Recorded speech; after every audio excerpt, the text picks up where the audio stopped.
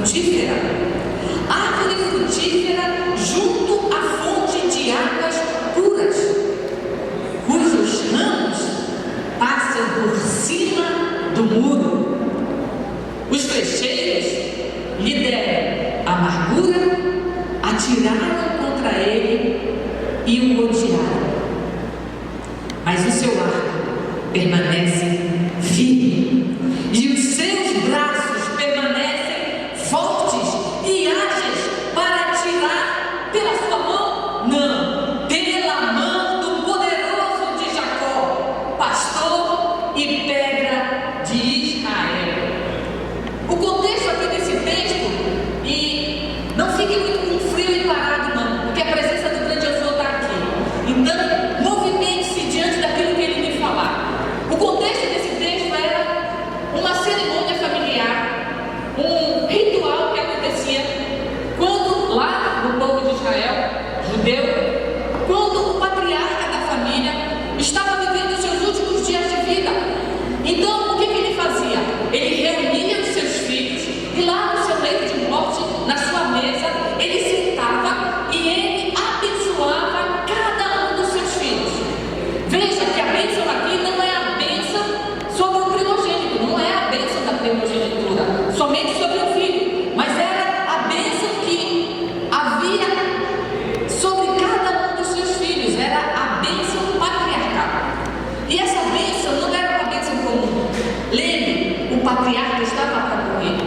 Então era uma bênção carregada de muita emoção, era uma bênção carregada de muito conhecimento, de muita poesia. A gente, quando for ler toda essa bênção que ele dá para cada filho, você vai ver isso. Mas também era uma bênção carregada de muita profecia, de muitas promessas. E aquele pai, ele precisava conhecer cada filho. Lembre, ele estava no fim da sua vida, então ele tinha visto o que cada filho tinha vivido. Ele precisava saber as virtudes, os pontos principais de cada filho. Ele precisava conhecer realmente a vida de cada filho. Sabe por quê? Porque aquela bênção, ela continha como se fosse uma síntese da história de cada filho. Nossa, era o dia inteiro contando cada bênção para cada filho. Mas aquela bênção também era cheia de uma palavra profética. Você libera palavras proféticas sobre os seus filhos? Então, o que Jacó fez? Começou a liberar a bênção sobre cada um dos seus filhos, um a um. E aí, Jacó começa lá deitado, abençoando o mais velho, vem Rúben, depois vem Issacar, Naftali, Zebulon. Lembre-se, eram os 12 filhos de Jacó que estavam lá, e mais os 2 filhos de José, que ele assumiu a paternidade. Então, ele começa a jogar, liberar aquela bênção, um a um. Mas quando chega em José, os olhos de Jacó mudam. Não só os olhos, mas o tom de voz muda. Jacó muda totalmente.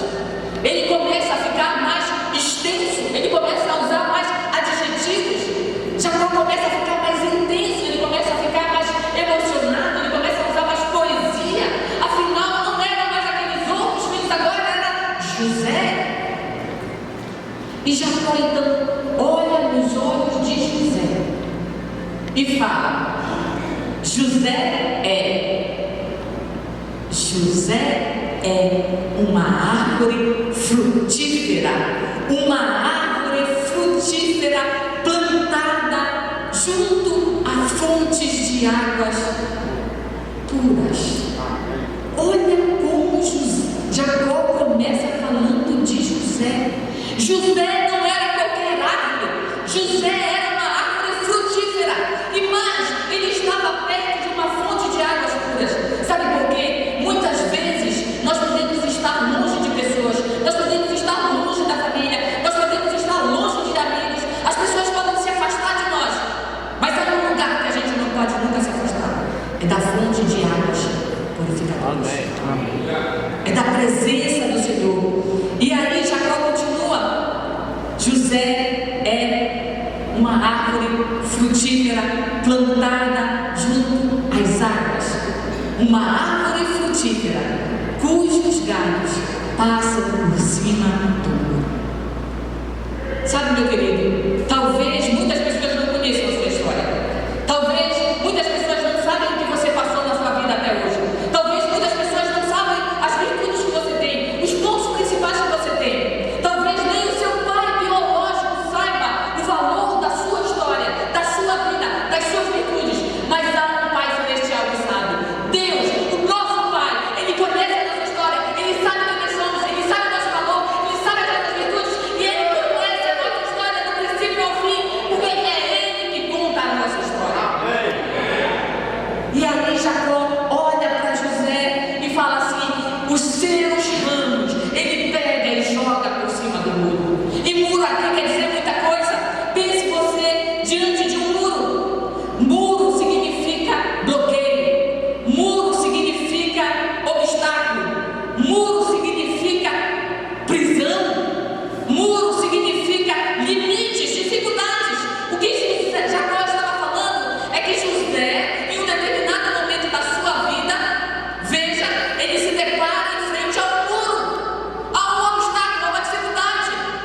Só que o muro não bloqueia, não estagna, não aprisiona, porque Jacó afirma que José pega os seus ramos frutíferos e joga por cima do muro. E aqui a mensagem é muito forte.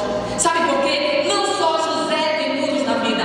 Eu e você sabe, nós também temos muros na vida. Muros que se levantam diante de nós.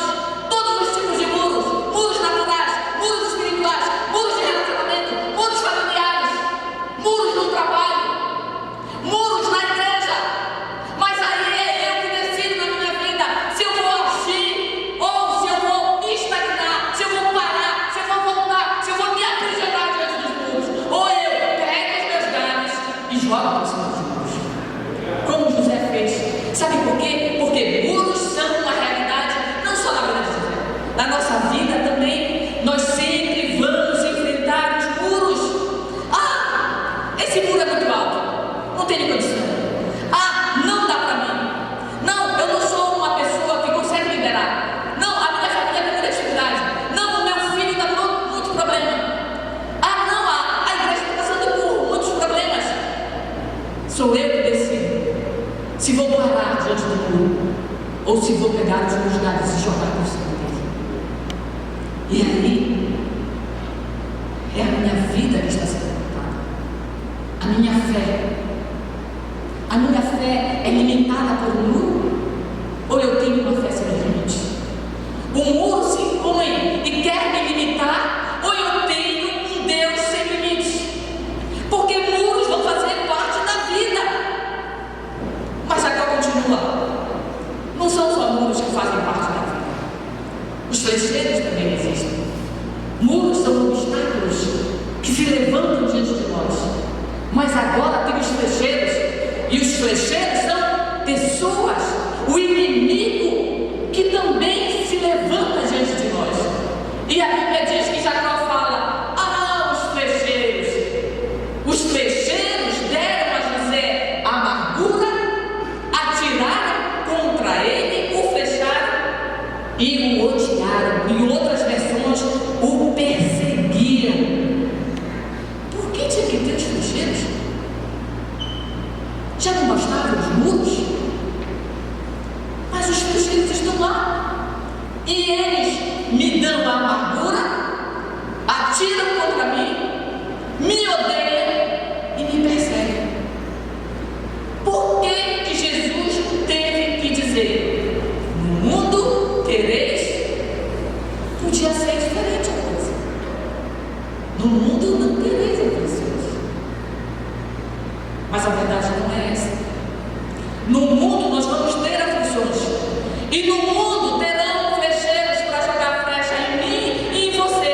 É isso que a Bíblia está dizendo. É isso que Jacó estava falando a respeito do grande José. Os flecheiros perseguiam José todo o tempo. Os flecheiros atiraram, amarguraram, perseguiam, odiavam. Mas tinha uma coisa que eles não faziam: eles não conseguiam matar José.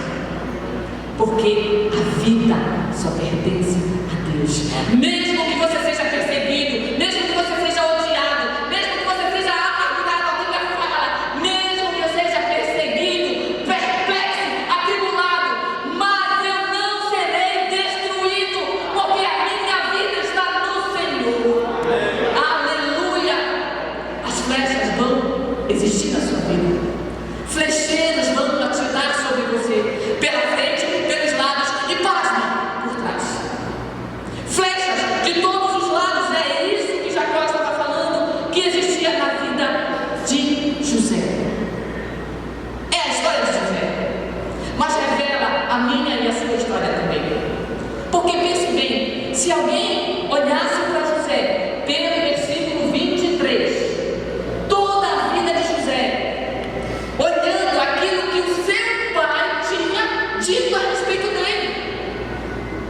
Se nós olhássemos a vida de José simplesmente pelo versículo 23, nós diríamos: é uma vida derrotada, é uma vida que está errada, porque só está sendo perseguida, porque vive amargurada, porque vive sendo odiada, porque vive sendo perseguida.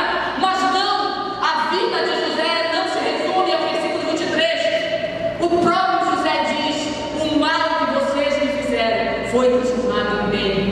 Meu querido, a nossa vida não se resume aos sofrimentos, às perseguições, aos ódios ou qualquer outra coisa que nos aflige. A nossa história é muito maior, assim como a de José. Os sofrimentos são uma parte da vida, não são um todo. Flecheiros e flechas fazem parte, mas eles não contam toda a minha história. Se alguém me conceitua apenas pelas perseguições que você sofre, pelas dores, pelos momentos ruins, continue firme, continue firme. Assim como a história de José, a sua vida terá um fim bom. É isso que Jacó afirma e que o nosso Pai Celestial afirma. Tem uma flecha aqui para vamos repreender. Agora você vai lá em Gênesis 37, 2. É a história de Jacó. A Bíblia fala lá em Gênesis 37, 2, que é a história de Jacó. Tendo José 17 anos, ele apacentava as ovelhas do seu pai com os seus irmãos. Vamos pensar assim: por que há tantos flecheiros e tantas flechas na vida de José? A primeira resposta, a própria história de José nos dá. Quando você perguntar para você mesmo: por que tanta perseguição sobre a minha vida? Por que tanta amargura? A sua própria história vai responder. A Bíblia fala que José tinha 17 anos, ou seja, naquele tempo José era uma criança.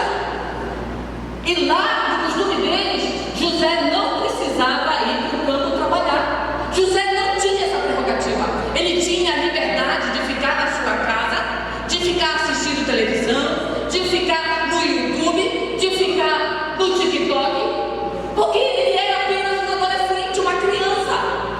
Mas a Bíblia diz, e sempre vai ter um motivo para quando a Bíblia falar alguma coisa. Pode parecer que é sem sentido, mas tem um sentido. Aí a Bíblia diz: José, tendo 17 anos, ele apacentava as ovelhas do seu pai, sendo ainda jovem. Sabe o que a Bíblia está dizendo? Que José tinha liberdade para não estar lá. Era por isso que os flecheiros flechavam José, porque José não se comportava pela realidade dele. A realidade dele era: ele é o menor, ele não precisa ir trabalhar, ele não precisa de responsabilidade, ele é imaturo, ele não serve para muita coisa. Mas José dizia: não, eu não vivo nessa realidade, eu vou no campo, eu vou trabalhar, eu vou fazer a escolha de não me comportar pela realidade de que o povo me vê, de que a minha família me vê. Sabe o que José fez? Foi para o campo trabalhar. Sabe por que os flecheiros atiram sobre a sua vida? Porque hoje você tinha a liberdade de estar em qualquer lugar. num bar, numa boate, assistindo Fantástico,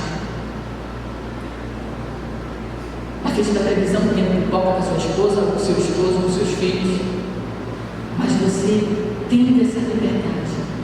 Deliberadamente você escolheu estar na presença de Deus com as ovelhas do seu Pai.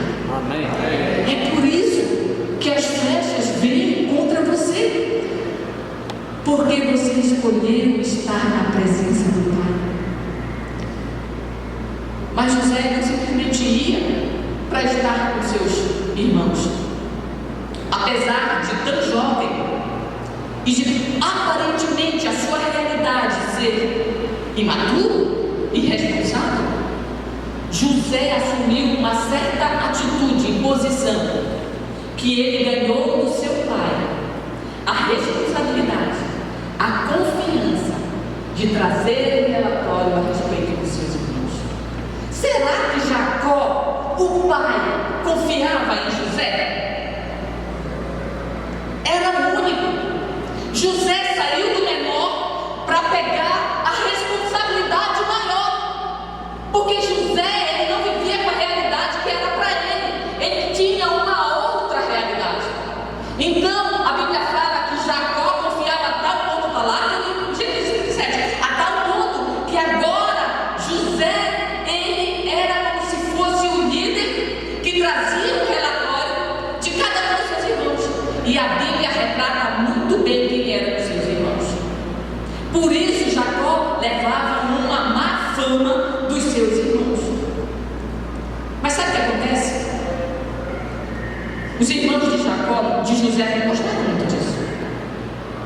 Eles queriam calar José. José, para com isso. Não te mete nisso, somos nós que estamos fazendo com ele. Deixa a gente, não vai. José não era fofoqueiro não, tá? Por favor. Não vai falar com o pai. Olha aí, para com isso. Muito mais do que levar o relatório, José se posicionava diante das atitudes erradas dos seus irmãos. Agora deixa eu te falar uma coisa. Durante toda a história da igreja, e principalmente nos últimos tempos, é muito claro, o mundo sempre quis calar a igreja.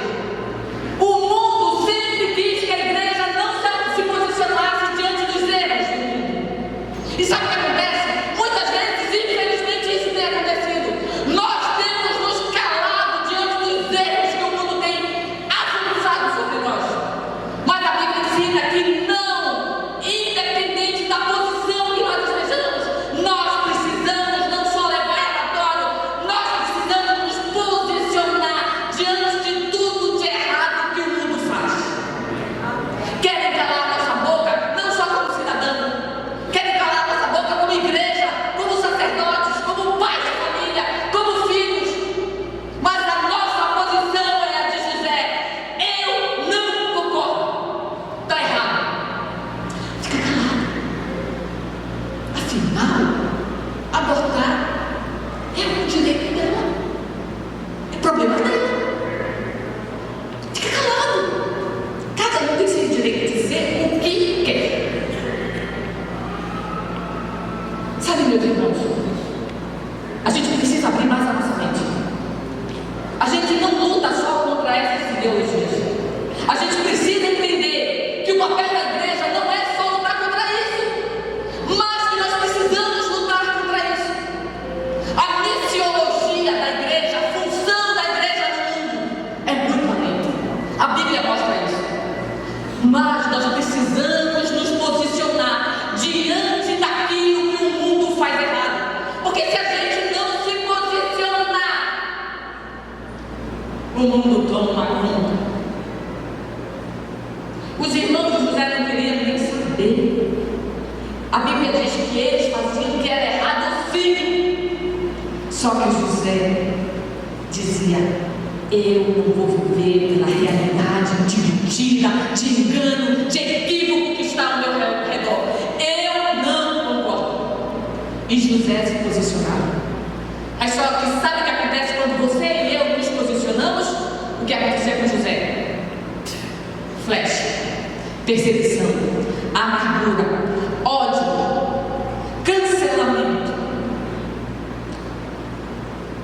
Eu choro para cancelamento dele.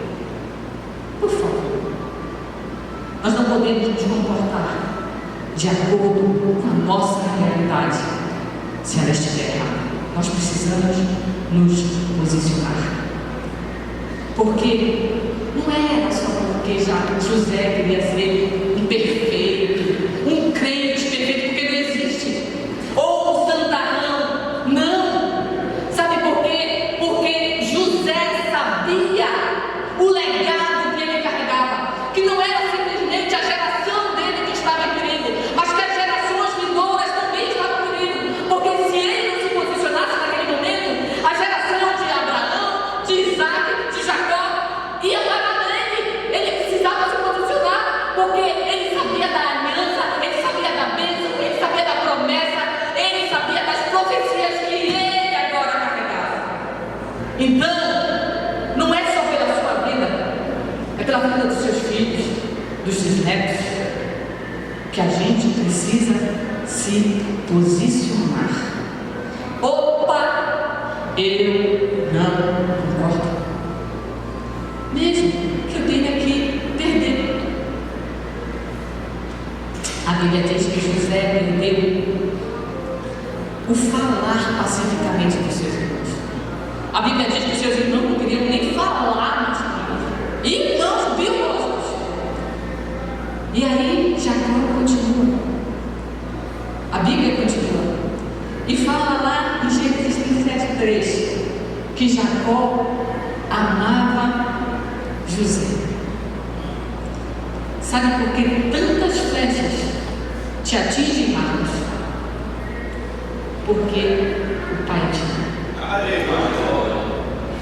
Mesmo que a gente sinta que nem todo mundo nos ama e nem todo mundo vai nos amar, mesmo que a gente sinta que a nossa família, ou que a nossa mãe, o nosso pai, os nossos irmãos não nos amam, mas há um Pai Celestial que nos ama.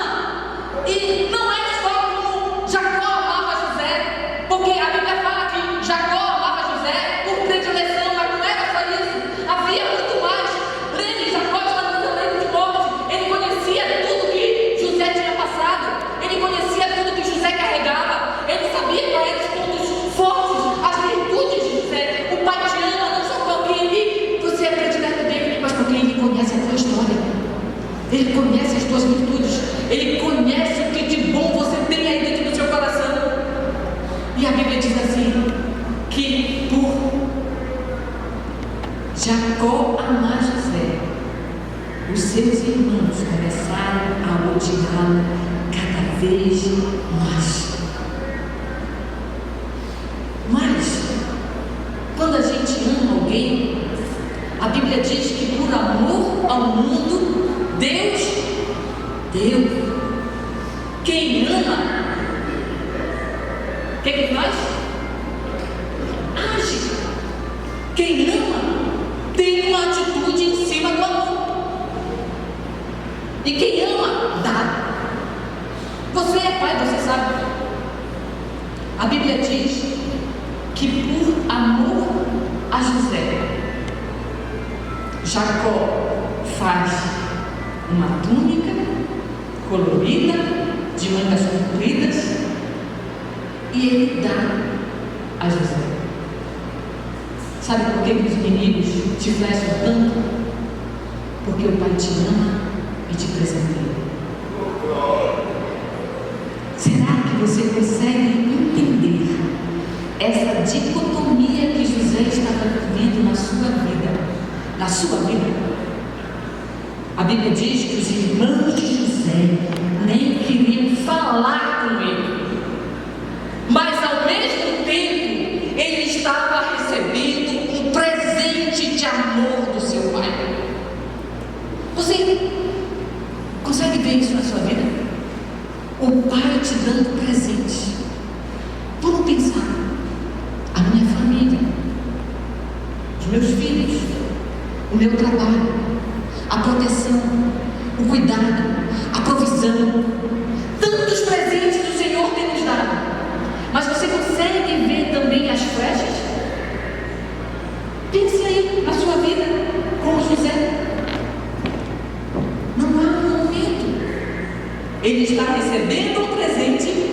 ao mesmo tempo recebendo flechas. Sabe, meu querido, não era só para mostrar para José que Jacó o amava, que ele deu aquela terra. Não é só para mostrar para você que Deus te presenteia. Não é.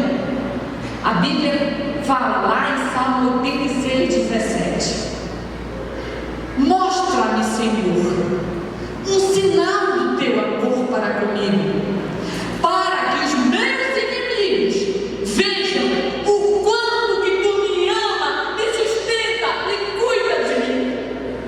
Sabe o que a Bíblia está dizendo? Que aquele presente que Jacó deu para José, o presente que Deus dá para a sua vida, é para mostrar para os teus inimigos que é Ele que te sustenta, que é Ele que cuida de ti, que o seu favor está sobre a sua vida. E os teus inimigos vão dizer: uau, o Pai ama mesmo. Aquele presente era para mostrar para os irmãos de José e ter certeza no coração: o Pai ama mesmo José. Nossa, o Pai ama mesmo a Joyce. Mas talvez, por toda essa circunstância que José estivesse vivendo, a Bíblia fala que teve um dia que ele não quis ir para o campo. Às vezes nós estamos assim. Ou é só eu? Não. Às vezes nós não queremos ir para o campo, mas o Pai vem e diz: vai. Foi o que Jacó fez. Mandou José. É uma ordem, uma missão, José. Vai ao campo, atrás dos seus irmãos.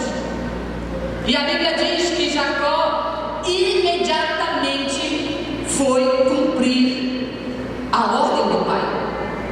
Mas sabe o que acontece? No meio do caminho, José se perde. Sabe o que acontece às vezes na nossa vida? Quando nós só estamos obedecendo, mesmo sem vontade de estar no campo, às vezes a gente se perde. Às vezes a gente se perde. Mas só que quando José se viu perdido, sabe o que ele fez? Voltou para casa? Não. Sabe por que os flecheiros atingem José? Porque ele não desiste diante da missão. José disse: eu não vou voltar. Eu só vou sair daqui quando eu cumprir o que meu pai mandou. Pediu ajuda, aceitou ajuda, e a Bíblia fala que José encontrou seus irmãos. Não desista, meu querido. Mesmo que talvez hoje você esteja meio perdido, peça orientação, peça ajuda e cumpra a missão até o fim. E aí a Bíblia diz que José encontrou seus irmãos. Sabe que quando seus irmãos o veem, a Bíblia diz que as flechas começaram a sair. Conspiração, deboche, e começaram a falar: vamos matá-lo. Sabe por quê? Olha aí, olha quem está vindo aí.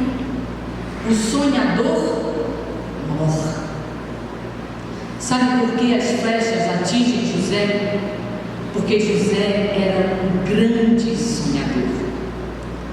A Bíblia fala que José não era um sonhador. A Bíblia fala que José era um grande sonhador. Sabe o que acontece? Para os irmãos de José, não era só a vida de José que era uma perturbação. Muito maior eram os sonhos que José tinha. Por isso eles disseram: vamos matá-lo. Porque tirando a vida, a gente acaba nesses sonhos desse menino. Vamos matá-lo. Mas a vida de José estava nas mãos do Senhor. Só quem podia tirar era Deus. José não morre porque ele tinha uma história a viver. José não morre porque ele tinha um propósito a cumprir. Mudaram de ideia. Vamos jogá-lo num buraco. Vamos jogar José, esse sonhador, num buraco. Naquele momento, José do Egito era só Zezinho. Ele não era nada. Ele estava hostilizado, ele estava abandonado,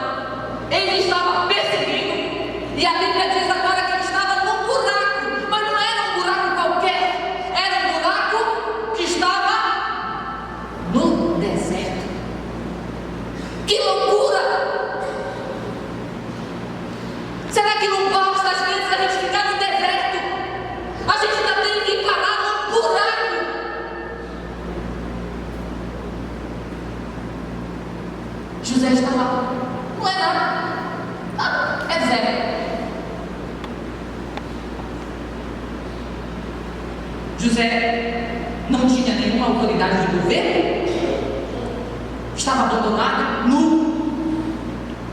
Será que a mente de José era: não vou sair desse buraco, estou perdido, a minha vida não presta?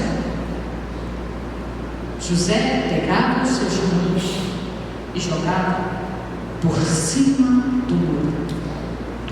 A Bíblia fala que enquanto José estava no buraco, ele continuava sonhando. Talvez você não esteja só no deserto hoje. Talvez a sua vida esteja em um buraco, no deserto. E talvez você pense: é muito fundo esse buraco, é muito alto esse muro, não vou conseguir sair. Mude a sua mente. Você é um grande sonhador. Não pare de sonhar. Mesmo que você esteja num buraco no deserto, mesmo que esse buraco seja um buraco da tua família em decadência, diga: não, eu continuo sendo um sonhador, a minha família vai ser restaurada. Mesmo que esse buraco no deserto seja meu filho perdido, eu vou continuar sonhando. Não, meu filho vai ser um grande pastor, vai ser um grande missionário, vai ser um grande evangelista.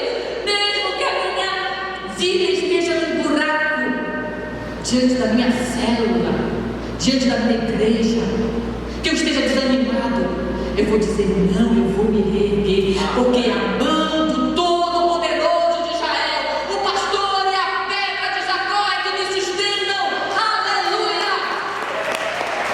Buracos só são uma parte da vida, e às vezes a gente tem que estar lá dentro. Mas José, a mente de José não era estar naquele buraco, porque assim como José, nós continuamos sendo um grande sonhador. O que você tem sonhado? O que você tem sonhado?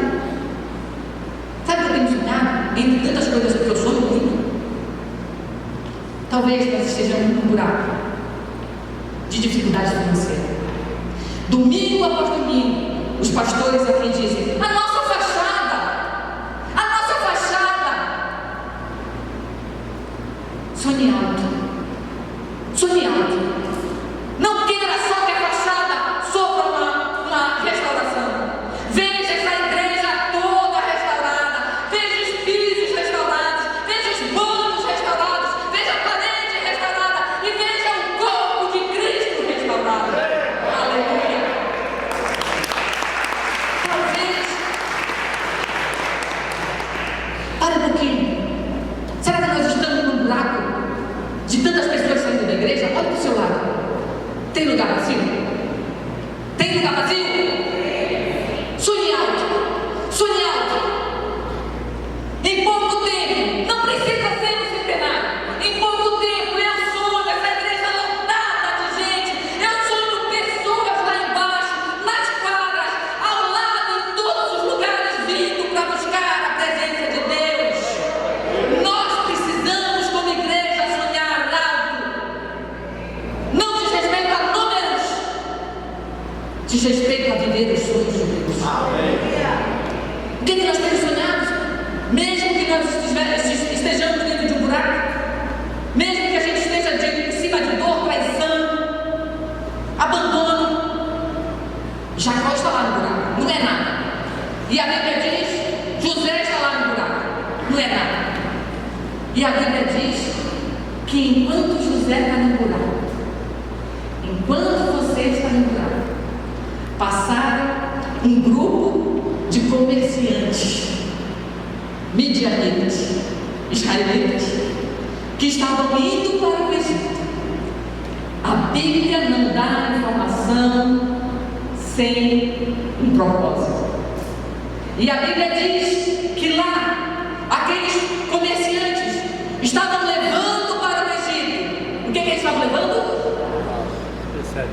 Especiarias, que perfume, mirra, que é de valor, e paz. Diz a Bíblia. Talvez aquele fosse o pior momento na vida de José. Agora ele estava sendo vendido como escravo. era um Zé Ninguém. Mas Deus, na sua excelência, providenciou o maior, pior momento de José: uma carroça cheia de valsa. Fique tranquilo. Nos piores momentos da sua vida, o Senhor vai dar um jeito de providenciar valsa na sua vida. E Jacó vai, e José vai, vendido agora como escravo. Seus irmãos pegam e dão a sua túnica, sujam de um animal, de sangue de animal, e levam até seu pai. Seus irmãos não conseguiram matar José, mas eles pegaram a sua túnica e sujaram de sangue. Não conseguiram matar. Vamos para o plano B. Segundo plano. Quando os inimigos não conseguem te matar, e eles não vão conseguir te matar, sabe o que eles fazem? Eles sujam as tuas vestes. O inimigo já sujou as tuas vestes? Mas o que são vestes, Leila? Vestes são presentes que o Pai me dá. Vestes é aquilo que a gente falou de presente que o Pai me dá. Minha família é um presente. Meu ministério é um presente. Meu trabalho é um presente. Meus relacionamentos são presentes. A igreja é um presente. Aí sabe o que o inimigo faz? Ele começa a sujar as tuas vestes para dizer: morreu. Ele começa a sujar o teu ministério. Ei, Tiago, olha, o ministério dela nem está lindo. Não. Ei, tu já viu essa célula? Nem ninguém. Tem gente craque em sujar as nossas vestes. E o pior, em mostrar as nossas vestes sujas. Ei, olha, não é capaz de passar num concurso. Ela não é uma boa trabalhadora, ela não é uma boa empregada no trabalho dela. Olha, a família dela não é isso aí, assim. Inclusive, eu quero deixar claro que a minha família não é perfeita, viu? Ao contrário. Mas nós somos curados em Cristo Jesus. Não somos perfeitos, mas buscamos ser a cada dia. E aí, as pessoas começam a sujar as nossas vestes.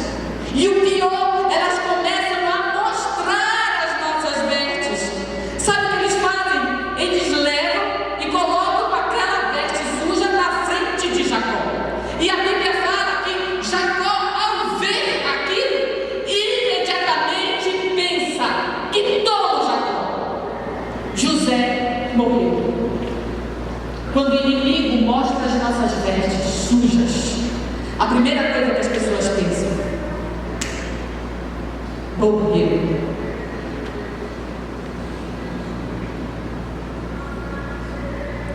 Jacó poderia ter feito muita coisa. Poderia ter mandado seus servos irem verificar se José não estava lá. Poderia ver se José ainda estava vivo e de repente um bicho atacou, mas ele podia estar vivo. Mas Jacó construiu uma mentira na sua mente. Somente aquilo que os olhos viram. Somente por aquilo que os olhos viram. Os olhos são enganosos. Cuidado quando você olha apenas um lado e você começa a construir mentiras, conceitos, preconceitos a respeito de pessoas, de família, de ministério, de igreja. Já que José estava morto? Não! Ele estava vivo, escravo, descravo, abandonado. Talvez você esteja se sentindo assim hoje: escravo, perseguido, abandonado, amargurado, odiado, mas você está vivo. O seu ministério não está morto, a sua família não está morta. Não. Se perguntassem para Jacó: onde está teu filho? Morreu. E José estava lá na praça, pronto para ser vendido. José José não estava morto. Passa-se o tempo, um dia, 10 dias, 5 dias, 20 dias. Jacó, cadê José? Está morto. Morto. Agora José não estava na praça. Ele está na casa de Potifar. Parece que o jogo mudou, não é mesmo? Na casa de Potifar. Sabe o que acontece? A Bíblia diz que José era próspero. E tudo que ele fazia na casa de Potifar, por ser José, prosperava.